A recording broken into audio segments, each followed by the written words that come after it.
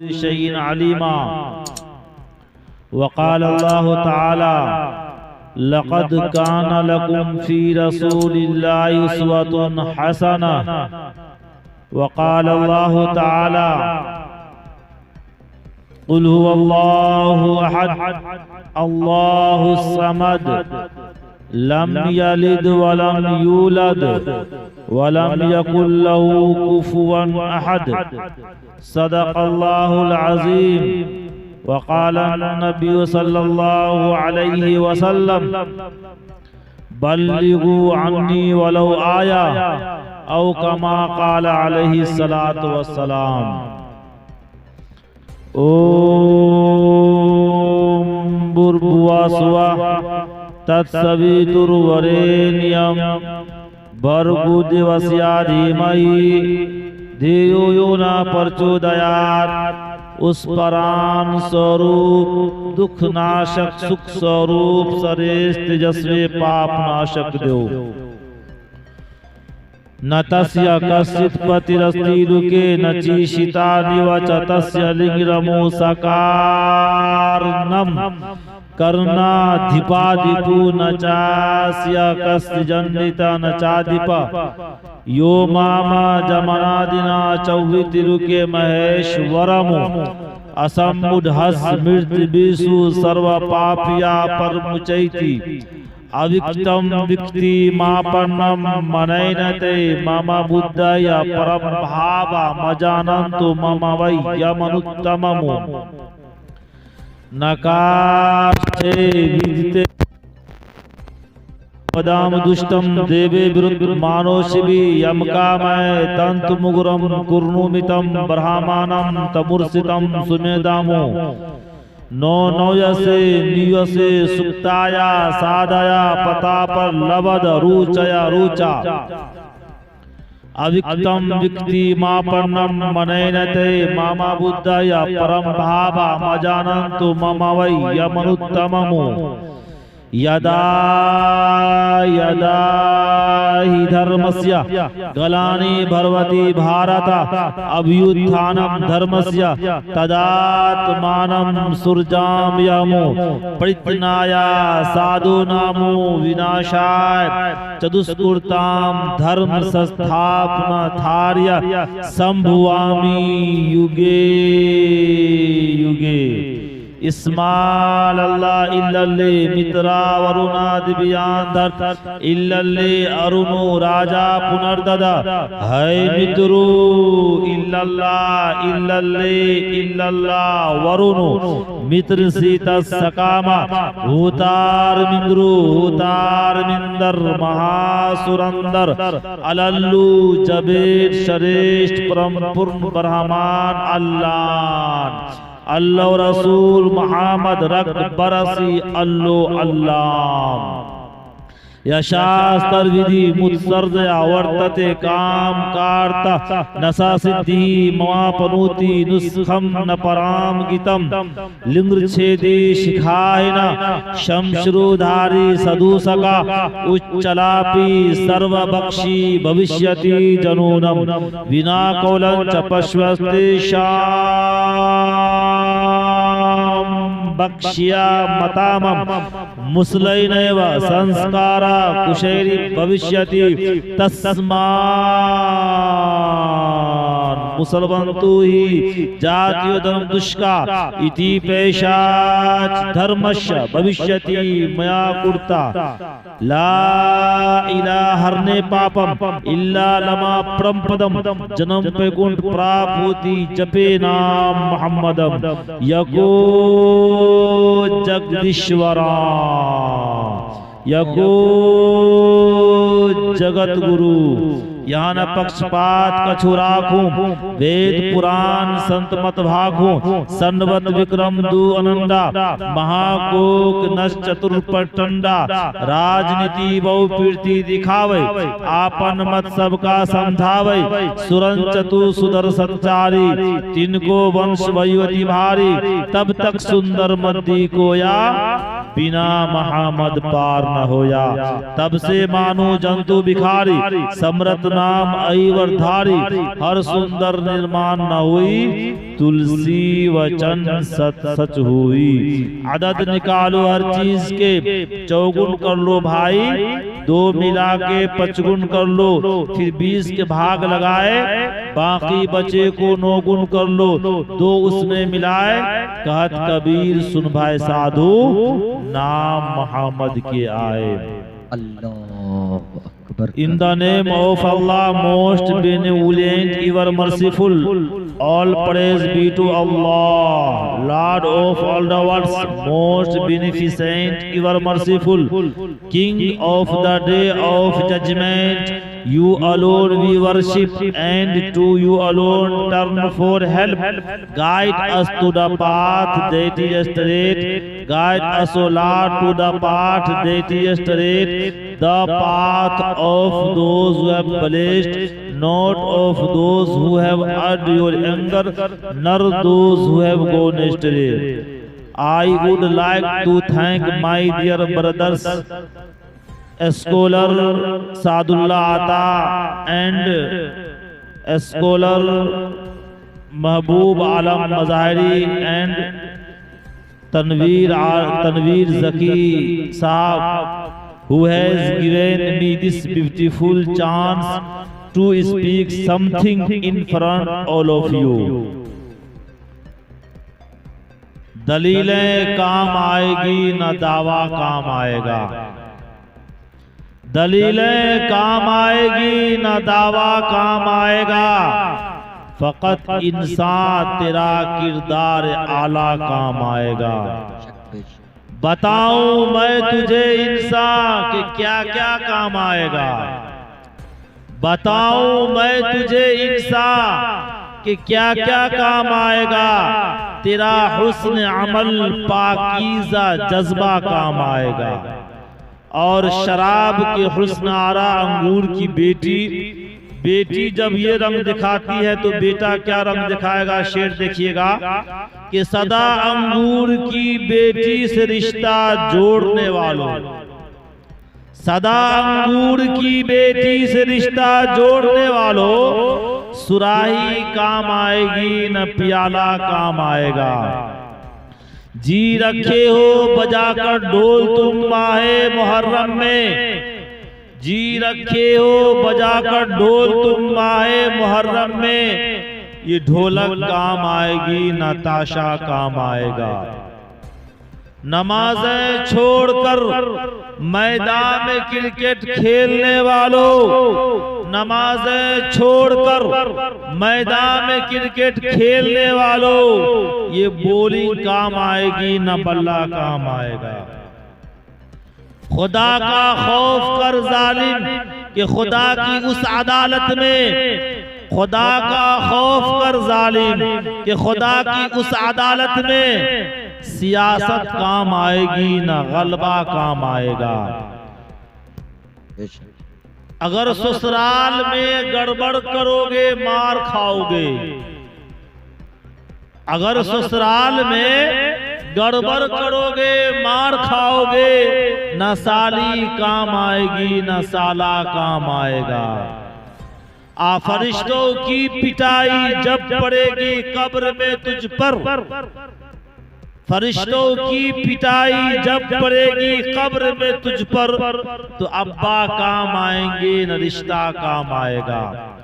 एक मर्तबा दुरूद पाक पढ़ लीजिए, अल्लाहुम्मा सल्ली अला मुहम्मद व अला आलि मुहम्मद कमा सल्लैता अला इब्राहीम व अला आलि इब्राहीम इन्नका हमीदुम मजीद।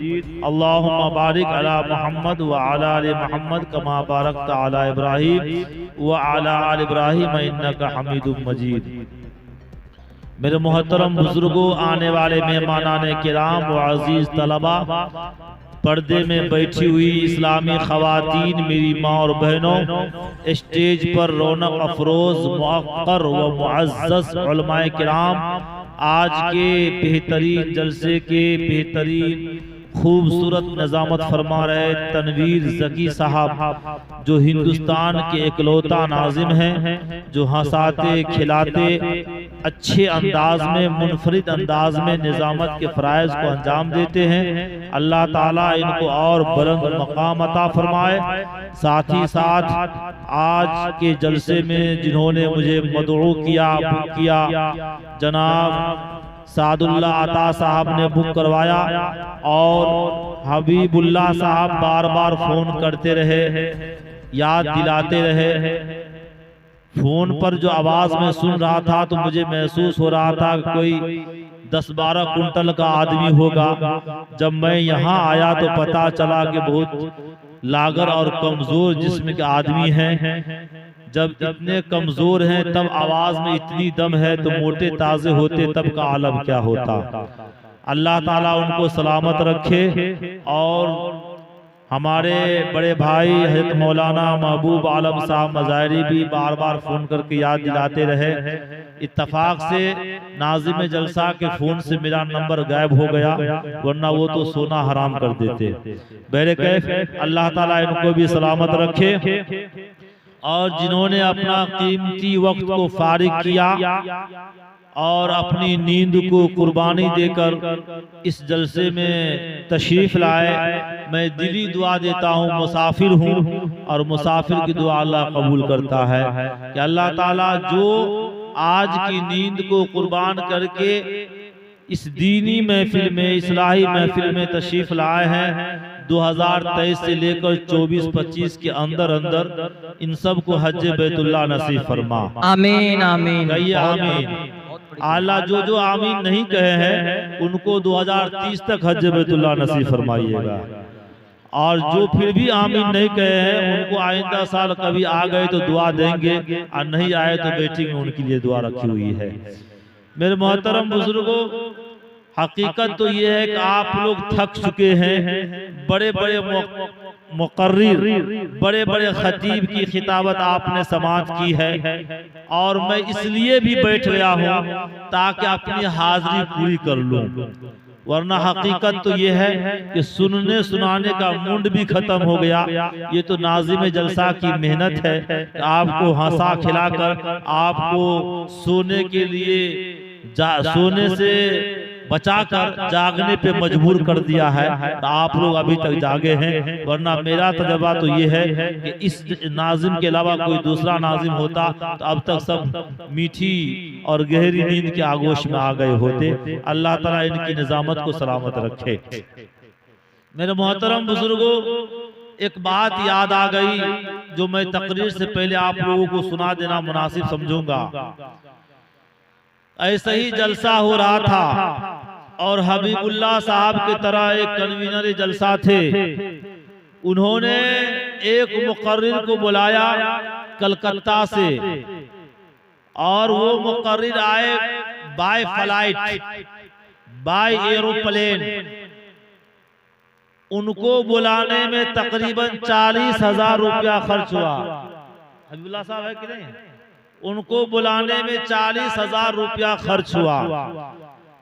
और जब रात के आखिरी हिस्सा में उनको बयान करने के लिए दिया गया तो उनका मूड ऑफ हो गया और सुनाने के मूड में नहीं रह पाए। तो वो खुतबा पढ़ करके मेरे तरह और सामीन आप लोग की तरह माशाल्लाह बहुत समझदार था। आप लोग समझदार हैं ना भाई?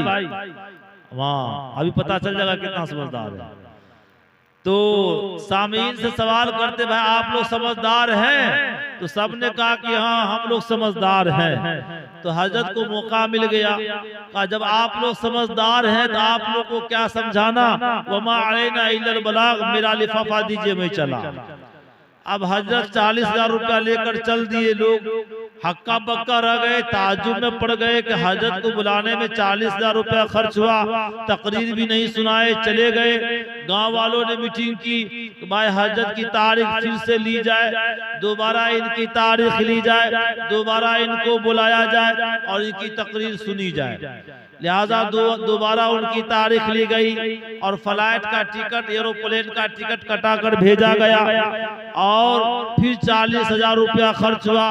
टोटल 80,000 रुपया खर्च हुआ।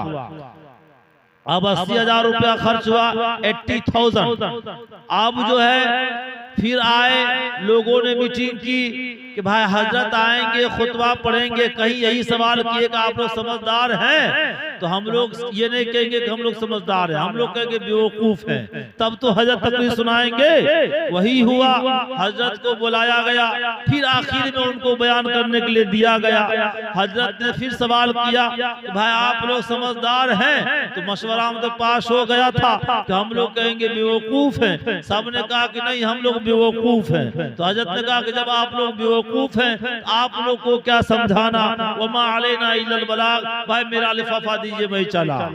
अब 80,000 रुपया खर्च हो गया, सब परेशान हो गए, अब क्या किया जाए। फिर से हबीबुल्लाह साहब को प्रेशर डाला गया और फिर से उनकी तारीख ली गई, तीसरी मर्तबा उनकी तारीख ली गई, फिर से एरोप्लेन का टिकट कटाकर भेजा गया, फिर तकरीबन 40,000 रुपया खर्च हुआ, 1,20,000 रुपया खर्च हो गया।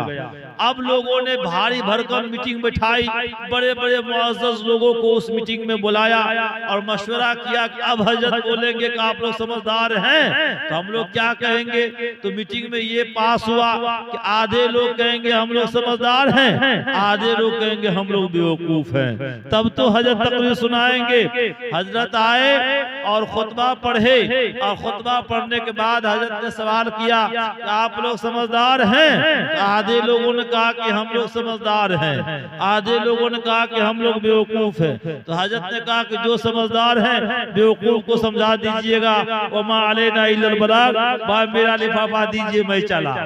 तो ऐसा भी कभी कभी हो जाता है, इसीलिए मैं सोचा कि भाई मैं कुछ देर सुना देता हूं ताकि मेरी हाजिरी पूरी हो जाएगी, वरना बार बार मेरा भी टिकट कटा करके भेजा जाएगा और बार बार बुलाया जाएगा। इसीलिए मैं हाजिरी पूरी करने के लिए बैठ गया हूं। दूसरा और झटका लगा। क्या झटका लगा कि एक मर्तबा ऐसा ही प्रोग्राम हो रहा था और प्रोग्राम के पिंडाल के नीचे इसी तरीके से गुब्बारे वगैरह लटके हुए थे और एक मुक़र्रिर को बुलाया गया। एक मुक़र्रिर साहब बैठे और बैठकर तकरीर करना शुरू कर दिए और तकरीर करना शुरू कर दिए। उनकी तकरीर बहुत लंबी हो गई।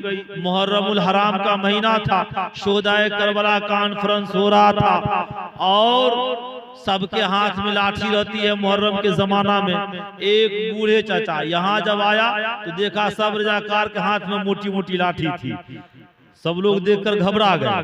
बहरे कैफ यहाँ उसी तरीके से जलसा हो रहा था। एक बूढ़े चाचा पीछे बेहतरीन लाठी, बजनाती लाठी लेकर बैठे हुए थे। लाठी में तेल पिलाए हुए थे, बिल्कुल लाल सुर्ख लाठी थी, रेड कलर की लाठी थी। और जब उनकी तकरीर बहुत लंबी हो गई, स्टेज पर सब मुक़र्रिर परेशान हो रहे हैं कि कब खत्म करेंगे कि मेरी बारी आएगी, और वो अपना धरे हुए हैं, छोड़ने के नामे नहीं ले रहे हैं। और जब नहीं छोड़ने के नाम ले रहे हैं तो पीछे जो चचा बैठे हुए थे वो लाठी संभाले हुए, जैसे मुहर्रम में या अली का नारा लगाता है वैसे ही लाठी संभाले हुए सामने से आए। अब जब मुक़र्रिर देखे तो हैरान हो गए, डर हो गया कि ना जाने मेरे ऊपर बरसाने के लिए तो नहीं आ रहे हैं चचा। और आए तो कभी दाएं जा रहे हैं, कभी बाएं जा रहे हैं, कभी पीछे जा रहे हैं, कभी आगे आ रहे हैं, चारों तरफ स्टेज के घूम रहे हैं। मुक़र्रिर साहब ने देखा तो और डर हो गया। डरते हुए अंदाज में खतीब ने कहा कि चचा आप किनको ढूंढ रहे हैं? तो वो गुस्से भरे अंदाज में चचा ने कहा लाठी संभाले हुए, आप मत डरिए, आप मत घबराइए, आप तकरीर कीजिए, हम तो उनको ढूंढ रहे हैं जो आपको बुला कर लाया है। तो हबीबुल्लाह साहब बहुत कमजोर हैं, इसीलिए मैं लंबी तकरीर नहीं करूंगा ताकि कोई उनको ढूंढने के लिए चले जाए। दूसरी बात हो गई। तीसरी बात और मेरे ध्यान में आ गई, वो भी मैं सुना देना चाहूंगा कि एक और मुक़र्रिर थे, उनकी आदत थी कि वो बहुत फसी उर्दू बोला करते थे। हम लोग कोशिश करते हैं कि इस अंदाज में तकरीर करें कि सबके समझ में आ जाए इंशाअल्लाह। जो जा रहे हैं वो इसलिए जा रहे हैं, मालूम है, वो सोने के लिए नहीं जा रहे। एक जलसा में सही हुआ, एक लड़का खड़ा हुआ कहा हजरत बैठो, फिर खड़ा हुआ कुछ देर बाद हजरत बैठो, फिर तीसरी मर्तबा खड़ा हुआ हजरत बैठो, तीसरी मर्तबा बैठा दिया गया।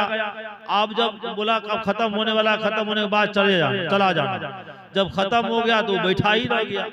उनसे कहा गया भाई जाओ, काहे के लिए जाएंगे, जिसके लिए जा रहे थे वो यही हो गया, अब जाने की जरूरत नहीं है। इसीलिए जो जा रहे हैं वो हाजत पूरी करने के लिए जा रहे हैं, इंशाल्लाह सब आ जाएंगे, घबराने की बात नहीं। और कोई लंबी तकलीफ नहीं होगी। जिनको हाजत असगर से पाक होना है, यानी पेशाब वगैरह से पाक होना है, वजू वगैरह बनाना है, वो वजू बनाकर फारिग हो जाए, इंशाल्लाह चंद ही मिनट में दुआ हो जाएगी। मैं लंबी तकलीफ नहीं कर पाऊंगा। मेरे कैफ तो एक जगह प्रोग्राम हो रहा था और वो बहुत फसी उर्दू बोला करते थे, और उनकी आदत थी कि जब तकरीर शुरू करते तो आंख बंद कर लिया करते, और जब आखिरी वक्त में आते तो आंख खोलते थे।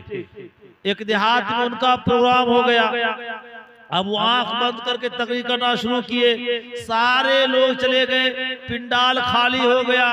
बीच में बहुत दूर में एक साहब बैठे हुए हैं और ज़ारो कतार रो रहे हैं। उन्होंने जब आंख खोला तो देखा एक साहब मेरी तकरीर सुन के रो रहे हैं। अल्लाह का शुक्र अदा किया कि अल्लाह तेरा करम है, कम से कम एक आदमी तो मेरी तकरीर सुनकर आंसू बहा रहे हैं और समझ रहे हैं। तो उन्होंने आवाज से बुलंद कहा कि हजरत ऐसी बात नहीं है, दरअसल बात यह है कि जिस कुर्सी पर बैठकर आप तकरीर कर रहे हैं वो कुर्सी हमारी है, इसीलिए मैं रो रहा हूँ, जल्दी से कुर्सी दीजिए, मैं लेकर घर जाऊंगा। ऐसी भी बात नहीं होगी। माशाअल्लाह आप लोग समझदार हैं। फजर की नमाज पढ़ेंगे ना इंशाअल्लाह? जो नहीं पढ़ेंगे हाथ उठाइए। तो देखिए ये लोग नहीं पढ़ेंगे, आप लोग गवाह रहिएगा, अभी रॉन्ग राइट समझ में आ जाएगा। एक गांव में एक पीर साहब आए। पहले पीर साहब आते थे सालाना लेने के लिए, फसलाना लेने के लिए। पीर साहब आए और नमाज का वक्त हो गया। तमाम गांव वालों को कहे कि भाई चलो वजू बनाओ, नमाज अदा करेंगे। गांव वालों ने कहा कि भाई हम लोग को वजू बनाने के लिए नहीं आता है। अल्लाह से दुआ कीजिए कि अल्लाह ताला जज़ाए खैर अता फरमाए आज के उलमाओं को, आज के हुफ़ाज़ों के ऊपर, कि अल्लाह ताला ने इनको तौफीक दी और ये लोग छोटे छोटे मकतब और मदरसे खोल दिए। आज हुफ़ाज़े किराम, उलमाए किराम बहुत ज्यादा नजर आते हैं, वरना पहले का दौर था कहीं एक आलिम गुजरते थे तो लोग छुरी चाकू फुका कर रखते थे मुर्गा मुर्गी ज़बह करने के लिए। आप लोग जो बूढ़े लोग होंगे उनसे पूछिएगा। बैरे कैफ तो पीर साहब ने कहा कि आप लोग को वजू बनाने के लिए नहीं आता है? बोला नहीं। देखिए जैसे जैसे मैं वजू बनाऊंगा वैसे वैसे आप लोगों को वजू बनाना है। सब लोग कहे जी हजरत, जैसे आप वजू बनाइएगा वैसे बनाएंगे। अभी के दौर में नलका, ट्यूबवेल, टोटी और चल गया है, पहले ये नहीं था। फिर नदी के किनारे लोग पानी भरते थे, कुआं से पानी निकालते थे, तो नदी के किनारे सब तमाम गांव वालों को, तमाम मुरीदों को ले गए वजू बनाने के लिए। सबको लाइन से बैठा दिए, पीर साहब भी बैठ गए और बैठने के बाद वो वजू बनाना शुरू किए। जैसे जैसे वजू बना रहे हैं वैसे वैसे सब वजू बना रहे हैं। इत्तफाक से जब पांव धोने की बारी आई, एक पांव पीर साहब धोए तो वहां की जमीन गीली हो गई। अब दूसरे पांव जो उठाते हैं तो धराम से पीर साहब दरिया में गिर जाते हैं। तो सब मुरीद के समझ में आया कि वजू सही बनाया जाता है, सब दरिया में कूद जाता है। तो गया वजू बनाने के लिए और सब गुस्ल करके आ गया। बस आखिरी बात कह करके इंशाल्लाह तकरीर शुरू करूंगा और चंद मिनट में तकरीर खत्म करके इंशाल्लाह मैं रुखसत हो जाऊंगा। आप लोगों को भी छुट्टी मिल जाएगी इंशाल्लाह। फजर तक बयान करने की जरूरत नहीं है, एक बात आप अमल कर लीजिए, सुनकर वही काफी है, कहिए इंशाल्लाह। एक और पीर साहब आए, ऐसे ही आबादी